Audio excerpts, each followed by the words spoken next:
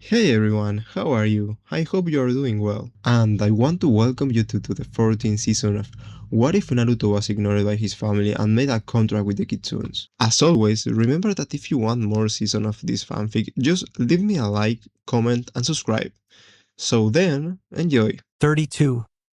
Howling Village Under Attack. With Anko and Sori. The two were jumping through the forest, with the gray fox leading them to the base of the Rouge Shinobi. It's just gonna be a few more kilometers out. Let's just keep this pace and we'll get there 2 days tops. Anko frowned as she ran and Sori, who was beside her, saw the look and spoke on it. What's wrong, Anko-sensei? The Team 12 leader looked back at where they came from before facing forward again. I have a bad feeling about this. Maybe we should turn back. Sensei, we are in the middle of finding out our enemy's location so we can end this mission for good and bring these asshats in for justice to the people of Rikoku. We can't turn back now, Sayori said confidently. I hate to agree with an Uchiha because they all suck mega ass. And she sucks a huge crevice of one because she is affiliated with Naruto, but she does have a point. Would Naruto-kun miss this one? It would be sad if Arashi-kun had an accident and found a sword up his ass. Sayori thought as she glared hard at the fox, itching her hand for her katana, ready to slice its head off while Anko sighed in agreement. She realized that maybe she was overreacting and that everything was probably fine, though she couldn't shake the feeling in her gut. The kind of feeling that a raised and seasoned shinobi would get when something was definitely wrong. It's this type of feeling that kept them alive in this line of work. She shook it off for now, calming down since she did have another important task to do, like Sayori said. And besides, I left Naruto and Yakumo to handle things. What could go wrong? Yep, you're right. Let's pick up the pace now. Right, the two companions thought before they picked up the pace. With Naruto. There is very much wrong here, he shouted as he was dodging a couple of blue pebbles of blue powder. It's been non-stop fighting for an hour since the attack on the village started. Naruto had created dozens of clones to help take the citizens off the streets to take them to the hospital, where Yakumo would take lead of protecting them. It was chaos in the village. These guys just popped up out of nowhere, according to Kichiro's negative sensitivity, and they completely bypassed Anko and Sayori, leaving the village to infiltrate. There must be multiple entrances in and out of the village they must know about, like how Orochimaru knew how to get into Konoha that time during the Chunin exams. It must have been like for the first attack in the village too, he thought. And these people don't think to cover up such entrances to the village. Clearly it wasn't working the first time, right? So why keep it so unguarded? It's because they are just civilians, Kichi. They aren't like shinobi. They say it puts us on an equal playing field, but once they have the same resource, the civilians again become weak. Ninjas will just storm right through the village. They never had any hope without us. The rogue group continually shot blue powder pebbles at him. Naruto went through hand seals and set his hands to his enemies. Water style, water hand waves. His hands began to shoot out water streams. He countered the pebbles, redirecting them back to the senders while also setting them off in their faces since water also does set off the bombs. He also used it to push back. He smirked before he tried a higher water just to really stun the rest of the incoming shinobi enemies. He created a clone and each started at different justu. Water style, ripping torrent. Wind style, vacuum sphere. When those two came together, they created a vortex of water, which sucked up all the rogues with all the powder they had, which created a huge explosion. Now that should be all of you. He turned his head and had the misfortune to see even more rogue nins coming towards him. Annoyed, Naruto unsheathed his sword. Okay, now I'm catching bodies. When they came his way, Naruto began the massacre. Slicing and hacking, Naruto's blade didn't know no bounds. With its clean, sharp edge, the blonde was able to fully slice some nins horizontally into two. Many of the rogues tried to ready their pebbles in time, but Naruto was already on them with his sword.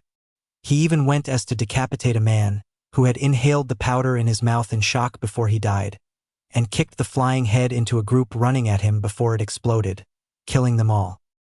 It was a brutal bloodbath the way Naruto was dishing out death with his sword, but one man stopped it all. Enough! Naruto was about to slice through a man's jugular before he heard that voice shout out. Though he thought it was for him, but to his surprise, it was to the troops. They all stopped and stood around the blonde shinobi in a circle, making it look like it was a ring of some sort. The man began to walk towards Naruto in a slow manner, his presence speaking as if he demanded respect, though he got nothing but mockery from the Kitsune boy.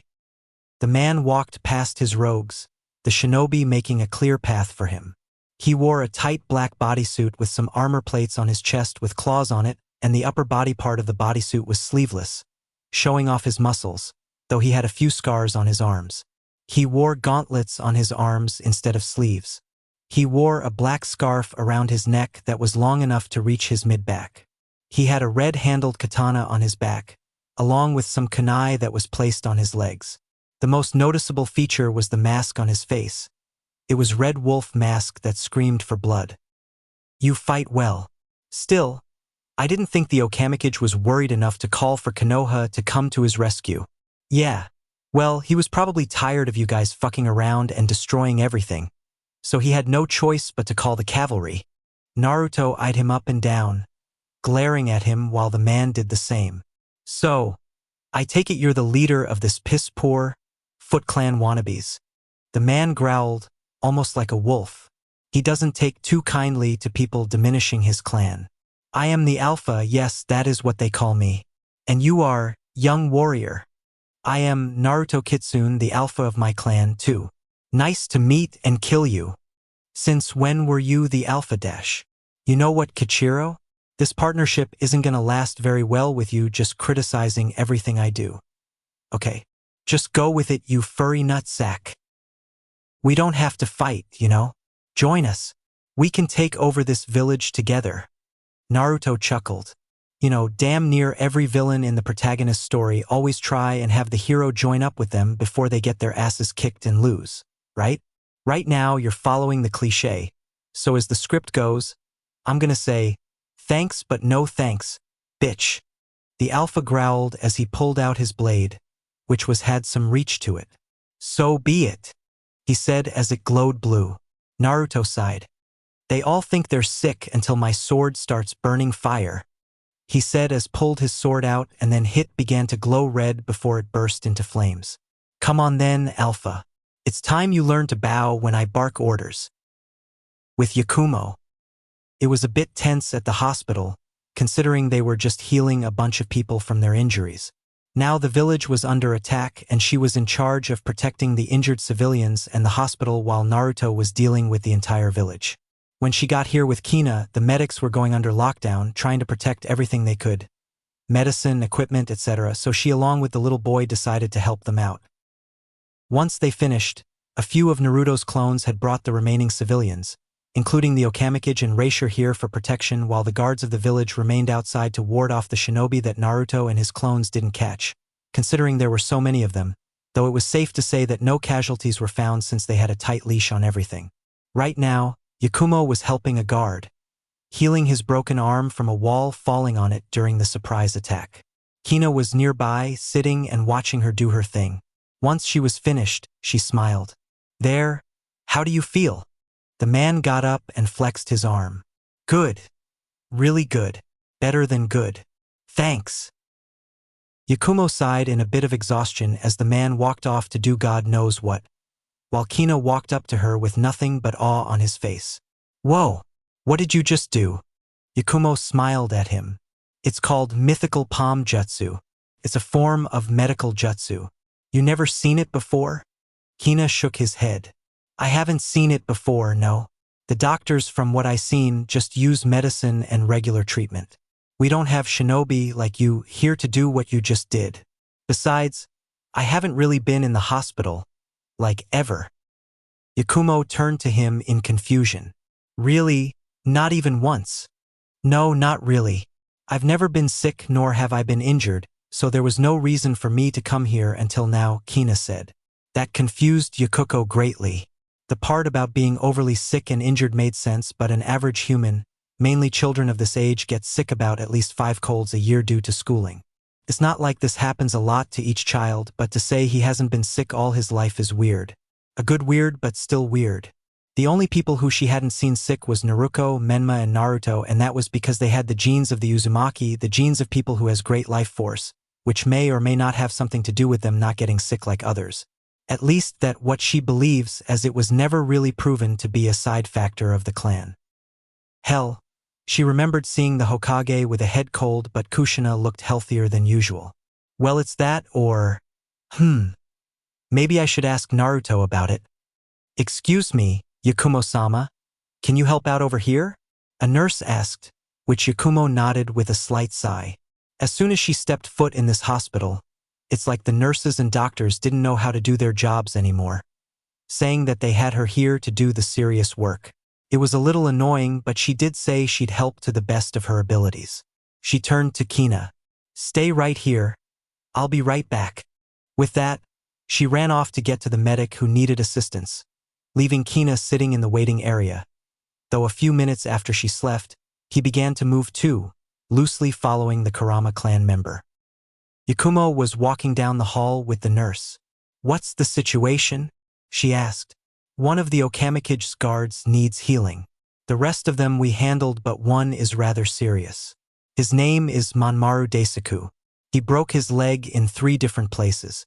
He may be facing amputation if your healing wonders doesn't work, the medic said with a bit of worry. Yakumo nodded her head.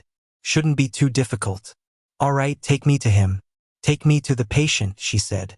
The medic nodded, but she spoke to Yakumo. Word to the wise, mind his attitude. He doesn't have a soft spot for shinobi such as yourself. Yakumo sighed. She had to deal with one of these people, but she just pushed it to the back of her mind and moved to her target. She made her way to the room where she found her patient, with pain etched on his face. Hello? Daisaku-san dash. Hurry up and heal my goddamn leg. What the hell are you waiting for? Yakumo's eyebrow twitched as she watched the man in pain for a little longer. I'ma let that slide just because he's in pain. Otherwise I'd bend that same very leg into a pretzel. All right, she said, biting her tongue before she moved to heal the man. He winced once her chakra seeped through his skin. It's serious. I'll give the doctors that. You might have faced the option of amputation had you waited for even a few hours, due to infections. But luckily it didn't come to that. Give me a sec, and I'll have you right as rain. Yeah, whatever. She sighed as she just did her job, and after a few minutes of healing, that man's leg was fixed. The man grunted as he hopped off the bed. Thanks. I guess. Yakumo nodded and smiled, replying with a soft "you're welcome." With that, the man left the room with a feeling that left Yakumo a bit shook. He smiled a bit, looking a bit sinister at her before he left. That was strange. Why do I have a bad feeling about this? She sighed before hearing a loud boom from the outside of the hospital. That was being heard all throughout the day. Naruto's battle was indeed a long one today. Naruto, I hope you are doing okay and not exerting yourself. You may be a chakra monster, but you're not invincible. Oh, what am I saying? You're Naruto Kitsune, the strongest shinobi around. I'm just worrying myself for no reason at all. Yakumo thought to herself before she checked on her own reserves. She was a little low, but not super low. She could probably heal about 2 more patients before she needed to take a food pill herself to keep going. She hopped up, ready to continue her job. Right, on to the next patient. She muttered to herself before leaving the room. Outside waiting for her was Kina. Didn't I say, wait by the waiting area? She scolded playfully while Kina blushed. I wanted to see you heal people more, so I followed you. Yakumo smiled. He was so cute. Kina-san, do you have any interest in medical ninjutsu? Kina turned to her and smiled with a big nod. She smirked, so he wasn't just about flashy, destructive jutsu. He had some desire for the healing arts as well. Well, maybe if it's not too busy later, I'll show you the basics. Get you started out right. Until then, I guess I can have you shadow me for a while? How do you like the sound of that? Okay, he said while they began to walk to their next room, but Yakumo soon heard a scream coming from the entrance of the hospital. Yakumo ran to the herself and hid behind the wall with Kina doing the same. Seeing good number of rogues enter the building and in front of the group was Manmaru. standing tall and proud in front of a shocked and scared nurse, holding another patient's dead body. "What are you doing, Manmaru-san? You're a guard of Lord Okamikichi. Why? Why did you let those thugs in?"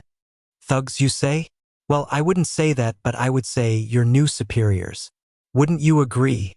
The nurse was in shock before a kunai found itself embedded in her forehead, making Yakumo frown and Kina nearly barf at seeing such a thing. It was so cruel. Kina just watched the life fade from the nurse's eyes as the maniacs were laughing. "All right, with her out the way, we can find the supplies of medicine and the Okamikichi. Also, let's go kidnap that kid and the medical ninja. Bossman just wants the boy, but the woman could be very, very useful.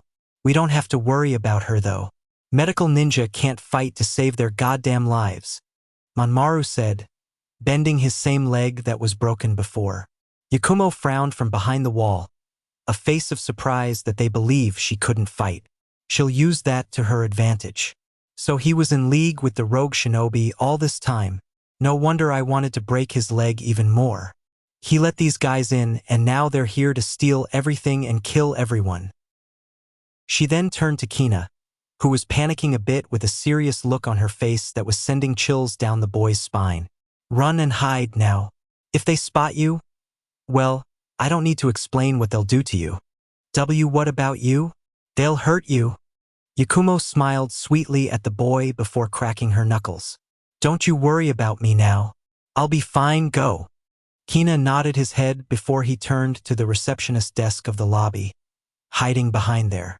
Yakumo sighed before she cracked her back. Time for her to beat ass too. She did best to mask her face as she walked out in the open where the shinobi could see her. "Oh, gentlemen, what are you doing here?" The men glared at her hard. "Well, look who decided to show her face. You really made this easy for us, you know? We can take her now. All we need is the kage, the kid and the supplies, and we didn't even move an inch. Where's the Okamikichi? We're here to take his head," a rogue said. "Oh my! You're planning on taking us all hostage? Well, I am outnumbered and the medic of my team. I wasn't trained to fight, so I guess I have no choice." "Hey, I know you," she said as she pointed to Manmaru. "You betrayed us." "That's right, bitch. I did. Temasama was right. This village needs its shinobi to protect us, not just the blue powder bombs. The Okamikichi and the Kumonoi clan were foolish and will prove it by wrecking this village and taking over." Meanwhile, with Kina, he was hiding. He heard his father's name be brought out of the open. "Titu-san?" he said, turning to watch now due to the specific name that was called out. He only knew his father by his name and a picture. Reisher made sure to show him when he was littler. What did he have to do with this? Yakumo, meanwhile, kept looking at him. "Well, I'll totally surrender." "Huh, what's that?" She pointed to the ceiling behind the group, but no one was falling for it. "Nice try, bitch. Who do you think we are? Children? You don't see it. It's right there." Manmaru sighed. This bitch was truly pathetic. "You know what? I'll humor her. If she tries to take off, blast that bitch full of powder." The man turned his head as soon as the group trained their kunai and powder at her, who stood still as a board. Manmaru turned to see instead of a plain wall. He saw a huge demon eye glaring down at him with clear intent to kill him. "What the fuck? Kill that thing, quickly." The others turned their head to see the man freak out over nothing though, not seeing what he's seeing. "Manmaru, what are you talking about? Nothing's there. You don't see it. It's right there, dash." That was the moment where Yakumo attacked, jumping swiftly between the shinobi and landing her nasty punch to knock out Manmaru before standing where he originally stood, in the middle of the group. The group was in awe as they didn't expect the girl to move that fast. Most medical ninja don't fight at all, so this was a surprise. "You dumb bitch," a rogue said as he sent a punch her way before he got received a devastating uppercut to the chin that, literally, knocked his head clean off. "Next," she said, engaging the group with numerous strength-enhancing blows to their bodies, going for immediate kills. A shinobi grabbed a kunai from his pouch before charging at her, which Yakumo didn't even hesitate to counter by grabbing the wrist that held the kunai before swiftly twisting her body to bring her backhand fist to the man's face. She then squeezed that same wrist to break it, bringing a yelp of pain before he was brought in front of her to be kicked into a group of 3 shinobi before Yakumo ran through hand seals. Fire-style Dragon Flame Jutsu. The fire dragon made its way to the group, burning them alive to the extreme temperature of the jutsu, while Yakumo continued to beat everyone's ass with the style of her training. Kina was in awe as he hid. That jutsu was awesome. Those hand seals. The kid thought as he began to practice them behind the counter as Yakumo was really mixing this guy's up. She dove right between 2 shinobi, going on a handstand and spin-kicked both of them on their faces, before using the substitution jutsu to replace herself with a shinobi who had a kunai plunged into his heart, courtesy of his own teammate. After 10 minutes of a brutal beatdown, the room was soaked in blood of the fallen rouges while Yakumo was breathing rather hard. It's been a minute since she's had to fight so many people all at once. She cracked her back a bit. I should probably train a bit more in combat rather than jinjutsu and medical jutsu. If Anko-sensei was here, she'd make me run 20 laps while dodging her kunai. She moved her head to see Manmaru begin to wake up from the knockout hit she gave him earlier. What's going on? Huh? Oh my god. He saw the bloodbath that so happened to be his troops before seeing the woman responsible. He moved to run, but he felt something wrap around him that was pulling him in and making hissing noises. He looked down to see a bunch of snake heads that were tightening their hold in him, and Yakumo pulled him closer to her. Once she had him in the air, she smirked. Thought you can get away, huh? Sorry. Manmaru laughed a bit, even though he was being choked to death. You really think this is it? You poor fools. The Alpha is more trouble than you think. He'll purge this village and create it to make his empire. He probably killed that Kitsune brat by now and is headed here to get the Okamikage. You lose. Yakumo frowned before she snapped his neck with the snakes, not wanting to hear his voice any longer. Kina watched in horror. Naruto-sensei is in trouble? I have to help. Maybe this new just will come in handy. If I can pull it off in one blow, that is. If I can, Naruto-sensei will praise me and take me as his apprentice. If I don't, we both die. There's levels to this shit, Kina. Let's start on level 2 and work from there. With that, the boy secretly took off, leaving Yakumo standing there in her own thoughts. The Alpha? That must be their leader. If so, Naruto is probably fighting him right now. I should go see if he's alright. No, I have to watch the hospital and everyone in it in case these mooks try to break in again. All I can do is sit and wait. She clenched her fist. This was so frustrating. Yakumo-sama, you saved us, the nurses said as they all saw the guards come in and take away the dead bodies. They were all hiding upstairs once they heard that loud boom in the main lobby. The Okamikage and Reisher came out later to see the commotion as well.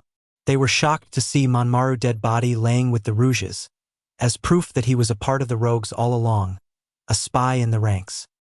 Looks like you have an intel leak, Okamikage-sama. You might want to get that checked out immediately and see who else is following the same thing. This is what might have caused the village attack today. Yes, I'm afraid so. This must have been the reason why we kept getting attacked at our weakest moments. I'll look into this immediately after we win this war. Reisher, who was looking around the room and frowned, asked, Where's Kina? Yakumo frowned as well, just now remembering the little guy. He should be behind the counter here. She checked by the counter only to not see him there. What? She said as she searched for him. Everyone, check this entire building. There's a little boy who isn't accounted for. His name is Kina Kodon. Instead of the frantic faces for the boy's safety, she saw annoyed faces, almost lined with hatred. The Okamikage saw these faces too inside. That is also an order. He barked, which only made the crowd begin to budge, which confused Yakumo greatly. After a half hour, no one found the boy, which made Reisher really worried. I don't think he's here.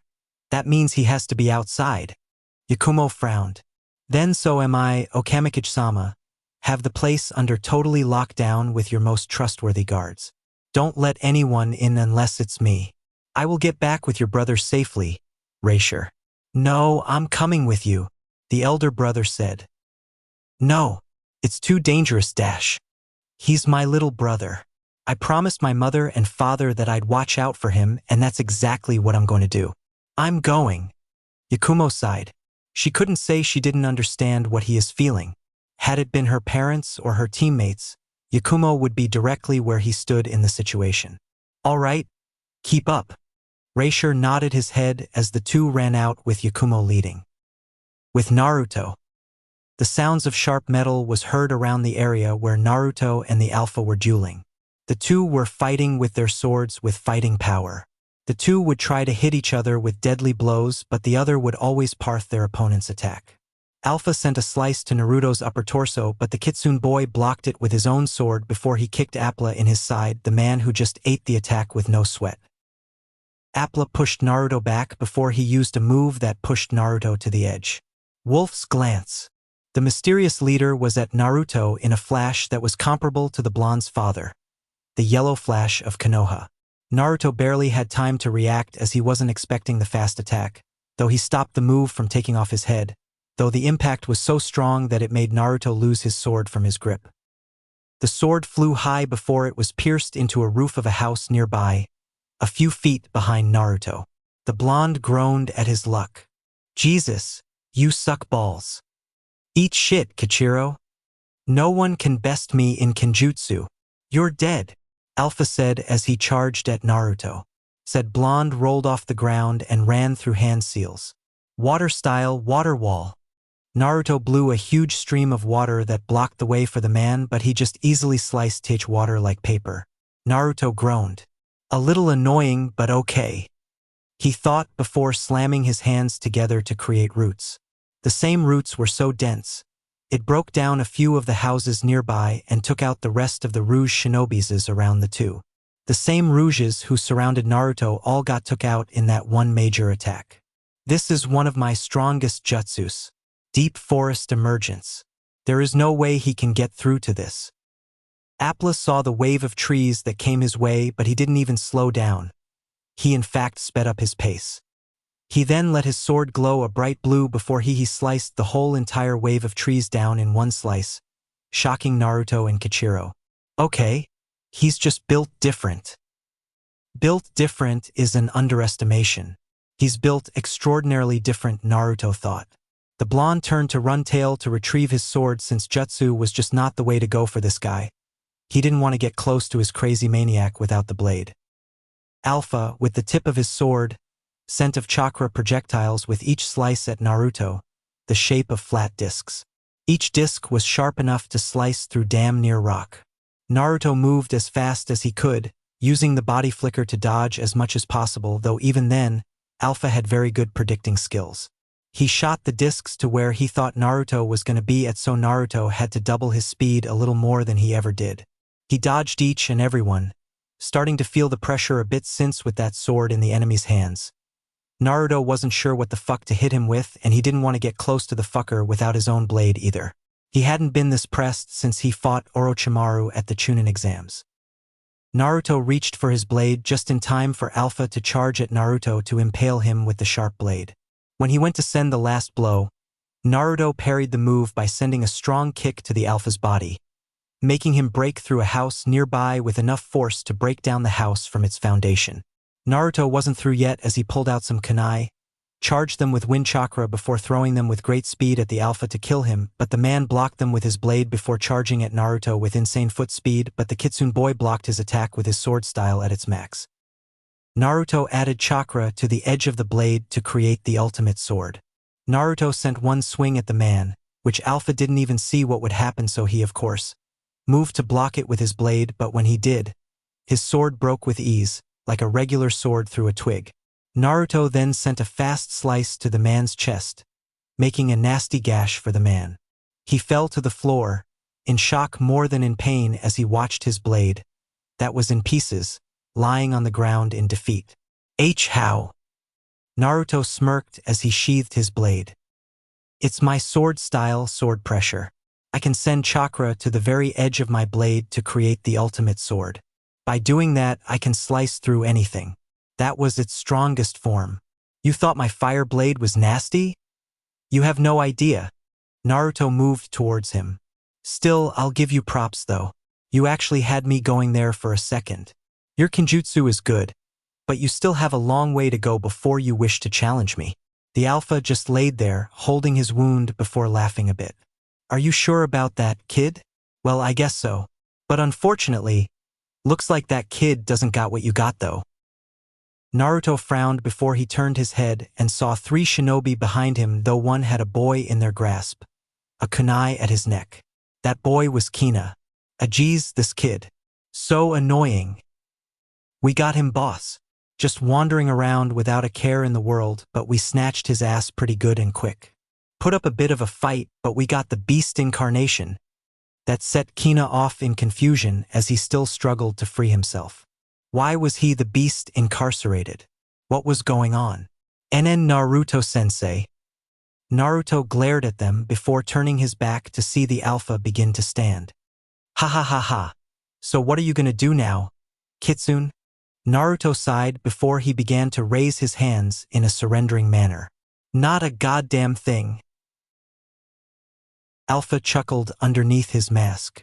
He made his way to Naruto to pull his blade out to Naruto's neck. Damn right. You ain't gonna do nothing. I ain't gonna do a goddamn thing because someone else already did it. Alpha turned his head to see man holding Kina, dropped to the ground dead with a kunai to the back of his head while the other 2 was snatched up by snakes, leaving just Kina on the ground. Soon Yakumo and Reisher popped out. The latter rushed to his little brother after that. Naruto kicked Alpha in the back of the knee to make him kneel, but Alpha easily punched Naruto back, making the boy fall. Alpha had his sword waved in the air, ready to slice Naruto's head off. Naruto moved to pull his sword out in time, but he wasn't quick enough as the Alpha was swinging down. Naruto was history, if he wasn't saved by a fireball that was made from the little boy. It tried to take a shape of a dragon, but it was more like a frog-looking thing since it was weak and small, but it did the trick since it began to burn one side of his body. Naruto turned his head to see Kina holding his hands to his mouth, showing he initiated the jutsu, surprising Naruto, Yakumo, and Reisher. Naruto pulled out a kunai and used the butt of the weapon to knock out the fanatic man who was on fire. He then used a water jutsu to put out flames that burned a good part of him. Naruto turned to Yakumo, who sighed. I thought your post was at the hospital. She playfully glared at him. Well, stuff happened. I had to improvise. Had my own scuffle too. You know? She said, moving to the alpha to check his pulse. He's alive, but barely. Good shit, Kina-kun. You saved my ass there. Where did learn that jutsu? Kina smiled heavily before he turned to Yakumo. I saw her do it and copied the hand seals. Naruto turned to his teammate and saw her shocked face. They knew Kina was smart, but this kid is actually a fucking genius. Well, good shit, he repeated. You're absolutely insane. What is wrong with you? Why did you leave the hospital? You could have been killed. Reisher started. But I wasn't though, so. That's not the point. You idiot. Reisher shouted before hitting his brother on the head, making the boy rub the same spot he was hit. Well, I had to help seeing as Naruto-sensei was in trouble, but I got caught in the end so. But it worked out in the end, Kina said with a positive smile, making Reisher ready to strangle him had Yakumo not distracted him. Should we kill him? Yakumo said, referring to the alpha. Naruto frowned. Kill that bitch. And don't kill him. We need more information on where the other supplies are. He and his gang did steal all of them, and we need to find the rest of it, otherwise it'll be lost forever. Yakumo and Naruto turned to each other with suspicion in their eyes, but just as it appeared, it left. Well, what do you suggest we do, Reishi-san? Naruto asked. Have him in a dungeon. Lord Okamakage would rather have him publicly executed anyway, but before all that happens, we want to extract all the information out of him. Naruto sighed. Well, true. He turns to his teammate. Well, we should begin the repairing process. Again. And take a look at our injured. I'll put this bastard in jail with strict guards, aka my clones, so he doesn't get out. Yakumo, I leave the civilians with you. She looked at him worriedly. I should take a look at you too, Naruto-kun. You could be very injured dash. Please, Yakumo-chan, I'm fine. Really. Focus your chakra on others. Reishi-san, I'm hoping you can show me to the jailhouse. Yes, of course. You stay here when I get back. We're gonna have a long talk. With that, the two took off, leaving Kina with Yakumo. The teen decided to stay there with the worrying boy in case he decides to run off again. She turned to the direction of the exit doors of the village. How are you guys faring, Sayori and Anko-sensei? With Anko and Sayori. We're here, get ready. I smell multiple enemies, Erashur said, making the two kunoichi behind him nod their heads and ready their weapons. They had finally reached the hideout of the Rouge Shinobi. They got there under 2 days seeing as they sped up. You did your job, Arashi-sama. Thank you, Anko said, which the gray fox nodded. Yeah, whatever. Tell Naruto I said, fuck you. With that, the gray fox vanished from their plane of existence. The two sighed with each other, seeing that the fox obviously didn't like the blonde in question one bit. The two scanned the area of the hideout, seeing nothing but an abandoned warehouse. Well, can you see them, Sayori? Why are you asking me if I can see anything? I see the same thing as you do, sensei. Well, turn your Sharingan on and see through the walls and determine how many targets are there. That made the Uchiha female groan. Anko, you're thinking of the Byakugan. That I allows you to see through objects. What I have is the Sharingan. That made the Jonin frown. Well, they both end the same way, so excuse me for thinking they are. Sharingan, Byakugan. In some twisted way, they're all the same, she shouted. The day you find an Uchiha that can see through walls like a Hyuga, then by all means, come back to me and have this conversation. You're low-key racist, Anko-sensei. Are you saying that the Uchiha are the same as the Hyuga? Anko glared hard at her before she sighed. All right, I guess we have to do this the old-fashioned way. All stealthy-like and find our targets. I'm with you on that, Sayori said as the two body flickered to different entrances of the building. Anko had entered from the skylight ceiling, checking the building's security team beforehand, while Sayori flashed herself in the room on the ceiling herself. When she was in the room, finally what was in there was a dozens of thugs, brutes, and regular shinobi, all there just hashing out the drugs they stole with no problem. They were distributing and packaging it like they were getting ready to sell. This must be what they done the last time they raided the village. They're selling the medicine and powder to neighboring villages. They've collected enough to distribute to damn near every village near here. If village got their hands on this kind of firepower, it will cause major pandemonium. It'll be war. We have to shut this down. Sayori continued to scan the area, before Anko treaded in behind her, with bloody knuckles. We're doing this or what? We are, but we're burning this place to the ground after. This is a drug den. Oh hell yeah. I'm with you on that, kid. Wanna make a bet? Sayori turned her eye to her sensei. Go on. Most bodies wins. You're on. 3, 2, 1.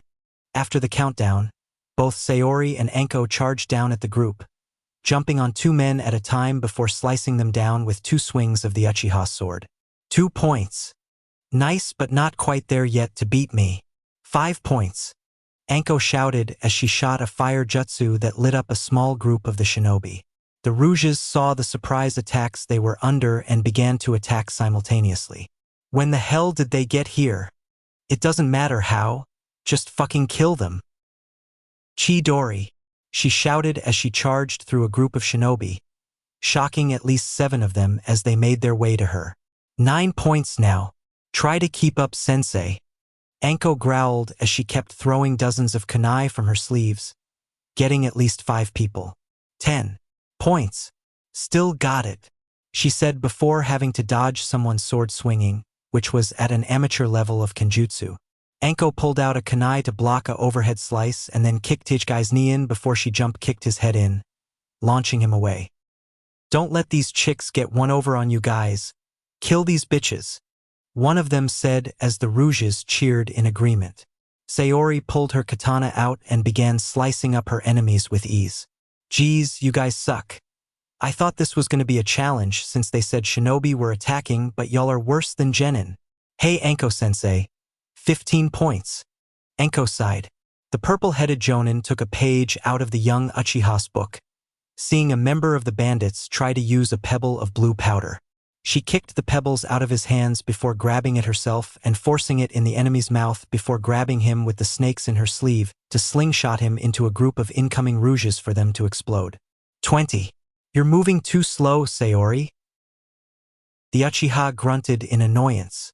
They all seem to be going for Anko now since she is barehanded and she herself has a sword and is skilled with it. She sighed. She was winning this bet. She sheathed her sword and cracked her knuckles. All right then, bare-handed it is. She charged at a number of shinobi and with her same hands, took them all on with taijutsu alone.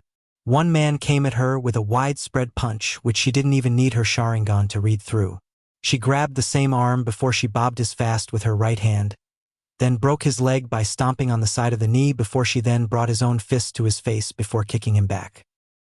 Another two tried to come from either side of her, but she did the splits in the air, kicking them both in the face before she kept mixing up the crowd of shinobi. She stopped from going with defense but the dishing out critical blows that was truly devastating. Left and right, the thugs running at her was just getting dropped in seconds. She elbowed a man in the temple, sending straight to the ground. She dodged another hit from behind her by ducking, though she used the same man's back to launch her in the air while going through hand seals. Fire style. Fireball jutsu. She shot a massive fireball that easily ate up the troops beneath her while Anko was in the back swinging from her snake heads as she kept firing multiple fire jutsus that kept impacting everyone she targeted.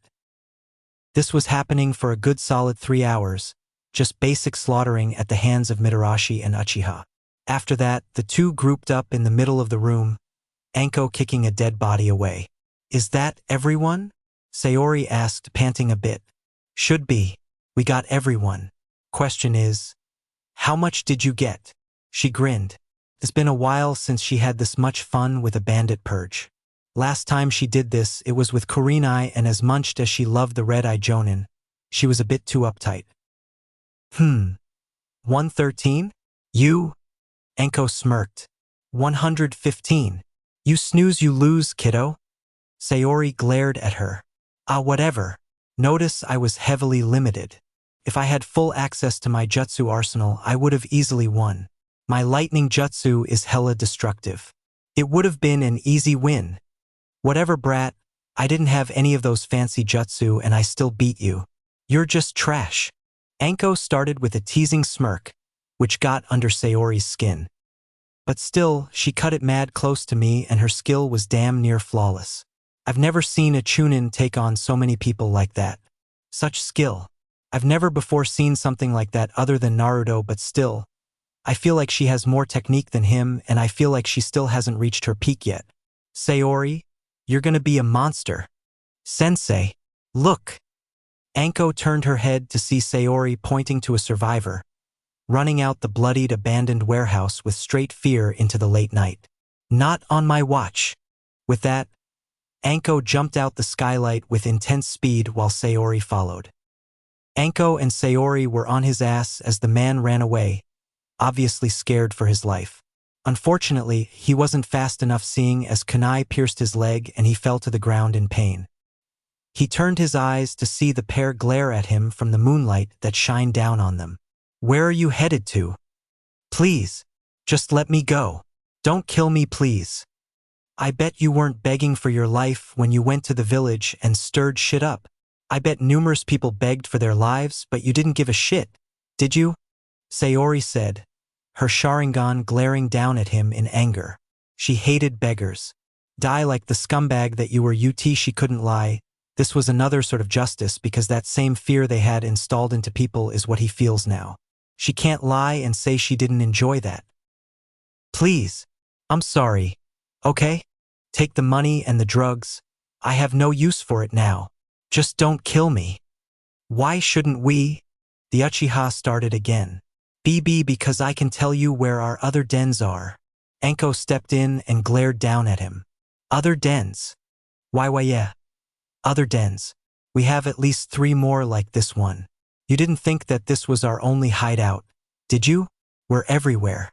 We stole a shit ton of drugs and medicine from Rikoku and are selling it in the next 2 days.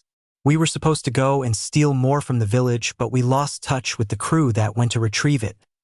Anko and Sayori looked at each other. That must have been Naruto and Yakumo. They must have stopped the attack. I guess you were right to leave them behind, sensei, Sayori said. Yeah, I guess so, the sensei said. Well, then that most likely means 2 things. 1, my team is dead, or 2, yours is dead. I'm leaning with option 2, the man said. Sayori laughed. Don't embarrass yourself. You guys are a bunch of pushovers. You thought we're a nightmare? Naruto-kun is easily the strongest in our team. He himself can handle anything you losers can dish out and more. Not to mention the fact he has Yakumo with him, if she even needs to lift a finger to help out. That's true. I'm not worried as much knowing Naruto is there. So it's looking more like option 1 is our best bet at looking at things. The man laughed while Anko and Sayori stayed confused. You think I'm worried about that? The plan to really invade that village was a decoy. Today we're just hitting the jackpot in finally destroying everything that village has built. Anko frowned, not liking the sound of what he's saying. What are you talking about? I'm talking about our leader is among the troops and we're putting in all our chips this time around. They're there to detonate a bomb in the village that will wipe out that blasted village once and for all, and I'm not talking about explosives. Hee. You'll wish I was talking about explosives. What are you talking about? Speak now, Sayori shouted at him. Let's just say it's time for the beast to wake up from hibernation. Anko frowned.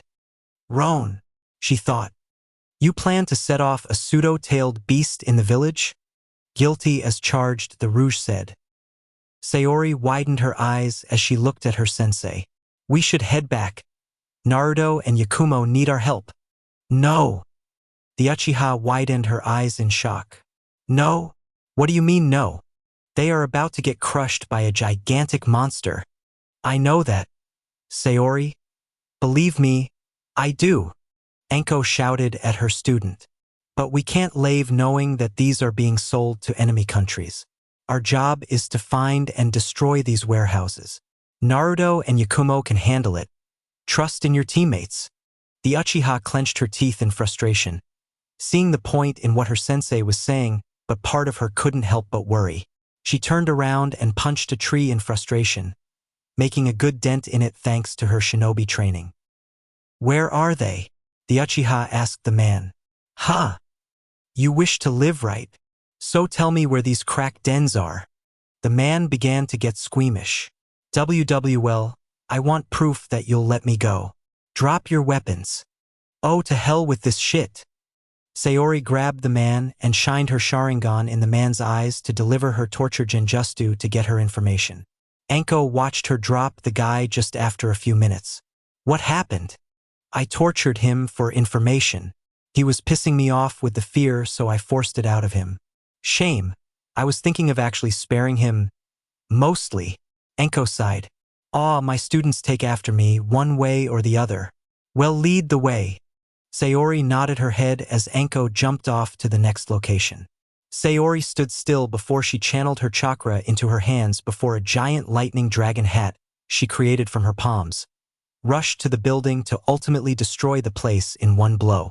She sighed as she looked in a different direction. Hold on? Naruto-kun, Yakumo-chan. I'm coming to you both as soon as I can. With Naruto and Yakumo.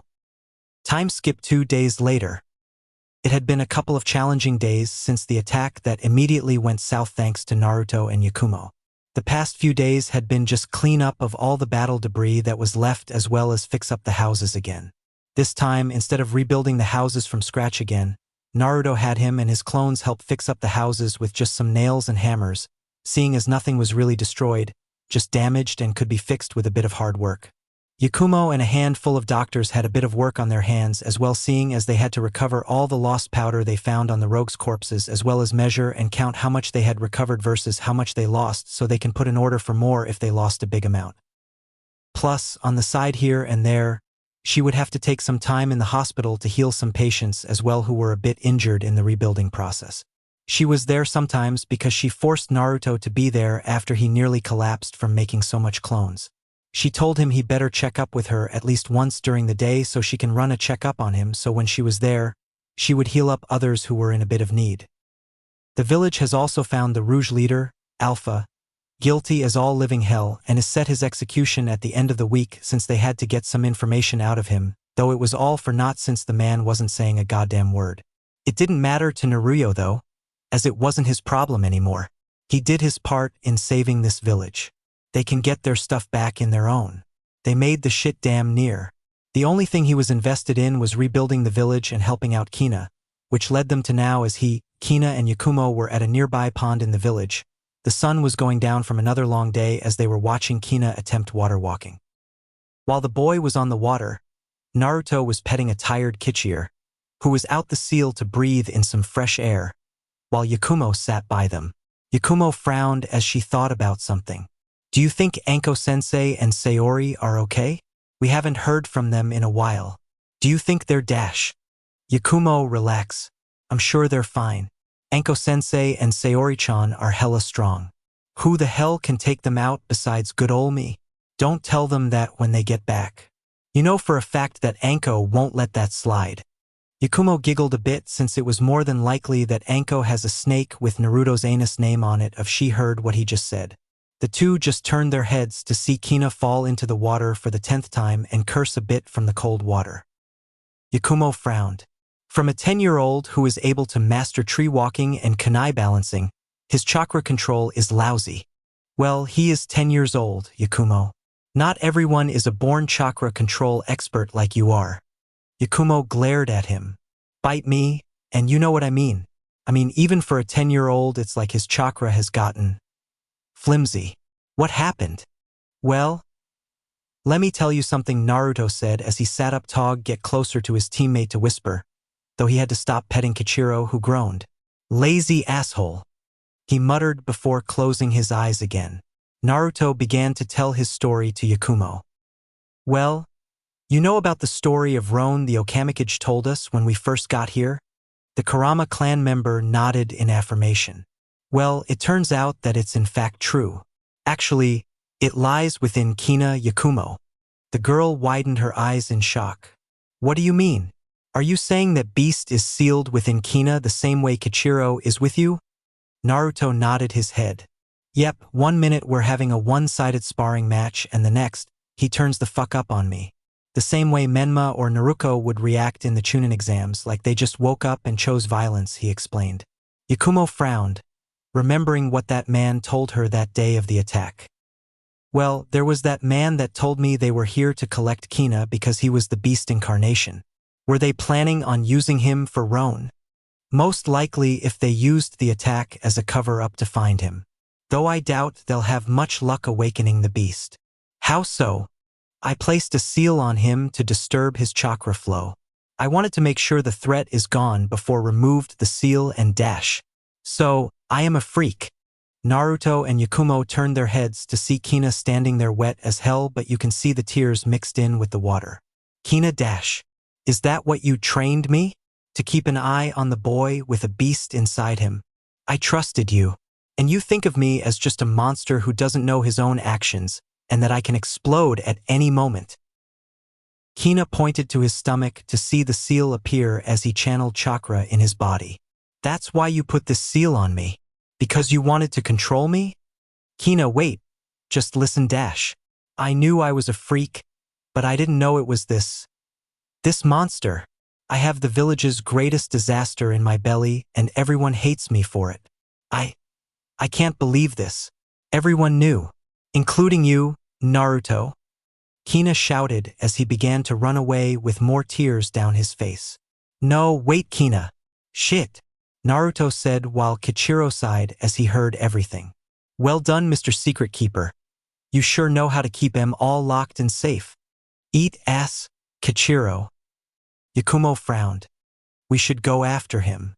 Explain ourselves. No, let him be. I lied to him, Yakumo.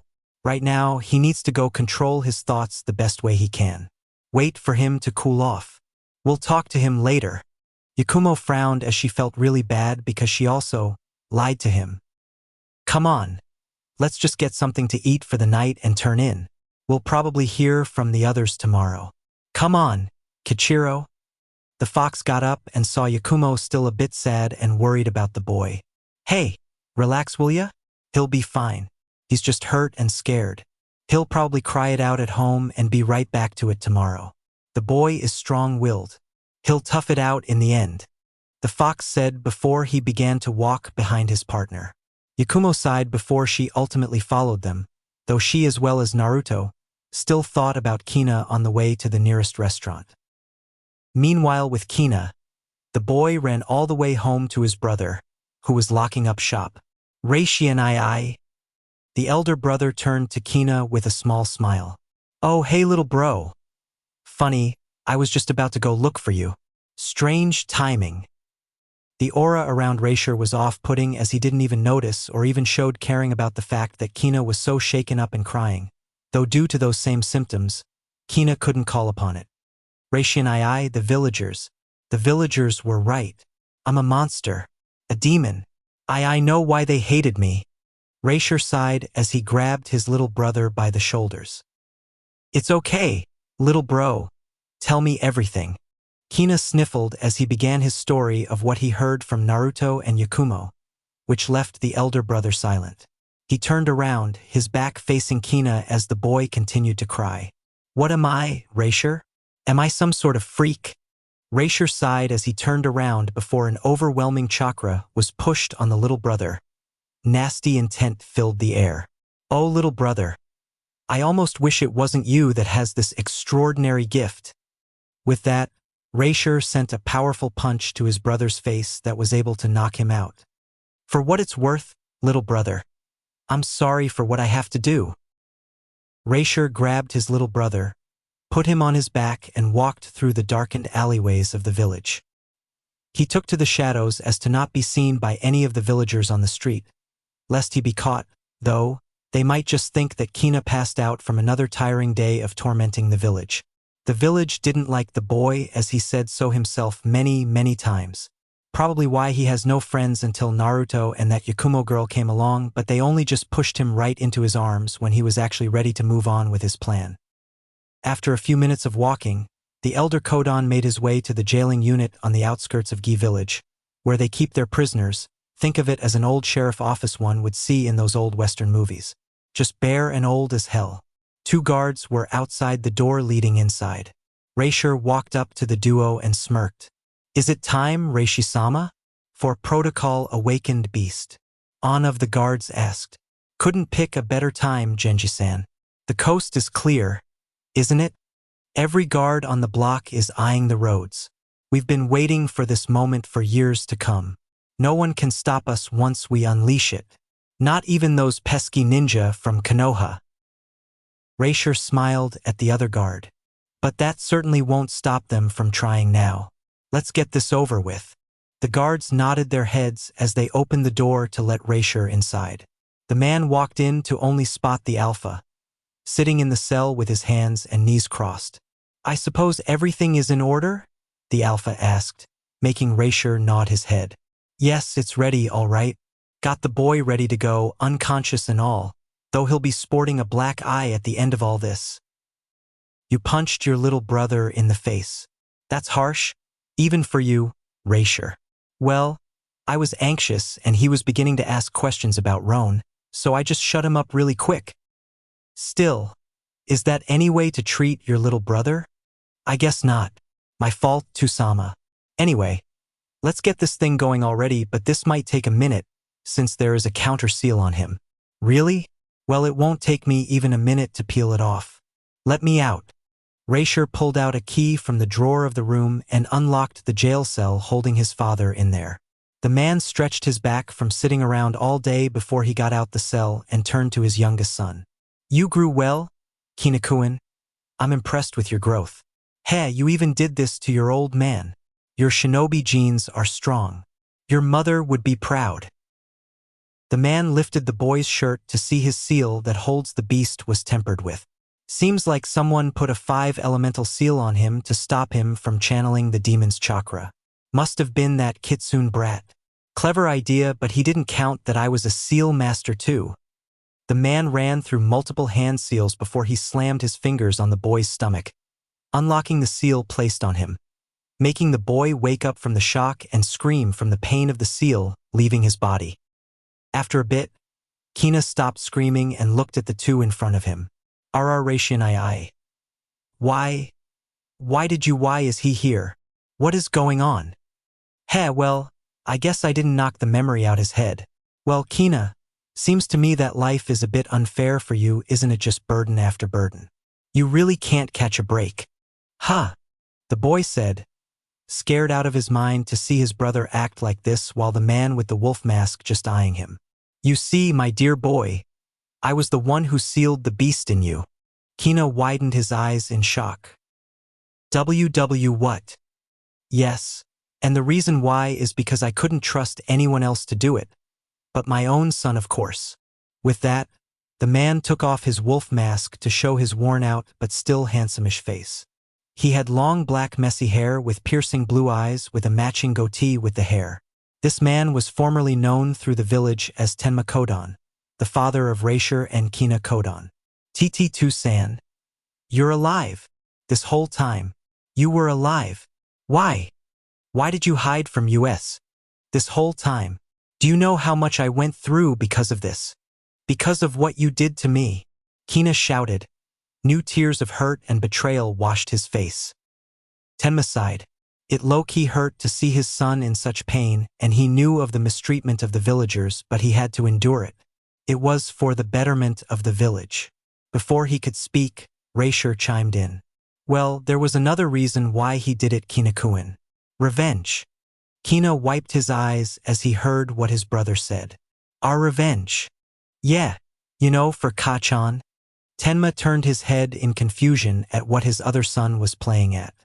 He thought the original plan was to try and convert Kina to their side by just trying to convince him, but Raisher clearly had another thing on his mind. Why? What happened to Kachan? Didn't she die giving birth to me? See, that's the lie the village told you, and they made me swear to keep it a secret because if I didn't, they'd kill us both or kick us out of the country for exposing you to such strong feelings and to hide their betrayal. You see, after Kachan had you and Tsunade had fought to protect the village, using his last of his strength to seal the beast into you as a last effort, the village saw our family as a plague. A bunch of demons in disguise. So they executed our mother, beat her brutality. They tried to kill our father too, but he bargained with them to exile him but to watch out for us, seeing as he couldn't on his own. They agreed to take care of us, give us the natural human necessities, but that didn't mean they couldn't treat us like trash, which is what you had gone through. But one day, on one of my daily routines to replenish on our items for the pharmacy, I found Father. Raisher pointed to their dad and began explaining. He was putting up a plan to finally rescue us from this horrible village and burning it to the ground to save us. He knows that this village has been mistreating us like trash, like scum, and he's come up with a plan to put an end to all of it, to put an end to all of them. Once and for all, and it's come to the time where we need your help. Kina, I should have asked instead of having to knock you out, but please understand. I wouldn't have done that if I wasn't scared of how'd you react. This is our one chance to make them all pay for what they did. For hating us, for lying to us. Don't you want to get even? Kina looked down at the ground, his mind and body heating up with rage, but he then remembered stuff that Naruto said to him. Stuff about moving on. Fuck the haters and chase your bag, your dream. Don't let anyone stop you from being you. That's the best way to deal with haters and bullies. That thought ranged in his little head for a while before he shook it away, his anger returning to him again as he remembered. Naruto was also a person who lied to him, too. He was just like everyone else. He didn't really believe in him. He was just making a fool out of him. Suddenly, the room began to be filled with foul energy as purple chakra began to fill the room and making its way out of the room to spread across the village. Kina opened his eyes as he let the chakra take over him. Reshi and Tenma watched as Kina basically transformed in front of them. Why did you lie? The man shouted to his eldest son. Because he's too kind-hearted. He won't join us without a solid reason. I just gave him that reason. Kina let all the foul chakra go, signaling basically every guard in the city that the plan was a go and the set in motion. Kina, with his eyes now blue and yellow, turned to his family. What do you want me to do? Select your corner of the village and let loose. Destroy everything. Let Roan destroy everything in this god-forsaken village. Raisher shouted as Kina nodded with an evil smirk before taking off in a blur of speed. Now then, he's off. Where do you want me, Tusama? I want you in the streets, stealing everything you think will be useful. Weapons, medicine, etc. Anything. We'll strip this village of everything before we burn it to the ground. I'll be finishing what I started in the council room and kill off every one of those miserable wenches, including the Okamikage. When everything is over, take this. The man gave his son a vial of green liquid that was labeled Kodoro. Drink that and breathe that gas in your brother or Roan's face. The only ones who can use it are Kodon members, so only you and I can stop him if this goes really bad. Got it, father? Let's destroy a village. With that, the two headed in different directions to cause destruction. With Naruto and Yakumo. Cheers! The two threw back 2 shots of sake as they sat at barbecue booth. Now normally they are too young to be drinking seeing as they're only 16 years old, but they are shinobi and they are allowed special treatment in a sense since they deal with a lot more and today Yakumo and Naruto are throwing in the towel. This was their 3rd shot since they got here and Yakumo was really start to feel it while Naruto is just drinking just because since he can't get drunk due to his high metabolism. Oh yeah, hick this definitely. Hits the annoying day spot hick. Yakumo said, drunk as a skunk. Yeah, I guess you're right. But maybe 3 shots is enough for you. Naruto moved to snatch the sake bottle away from her, but Yakumo moved away from him. No. Hick, it's mine. Get your fucking own. Naruto widened his eyes. Yakumo swore? And it was at him? That made both Kichiro and Naruto go in shock as Yakumo kept drinking the bottle. Hick, this is making me feel really good. And horny. Hick asterisk. Yakumo turned her drunk eyes to Naruto and looked at him lustfully. Hey! Naruto hick dash dot. No, Yakumo. Ha ha ha ha ha. Just kidding. Hick. I have my Haku hunk at home, so he knows he's getting this work once I return hick. Yakumo was just babbling on about her being in heat while Naruto just took another shot after he sneakily stole the sake away from her. When he took his 4th shot, Kichiro spoke up in the seal. Whoa! What's up, buddy? This negative emotions, all around us. It just came in a disgusting wave of hate. Never before have I felt this until... Naruto asked in confusion. Since Kina let loose that day. Naruto, I think it's him. It's Kina.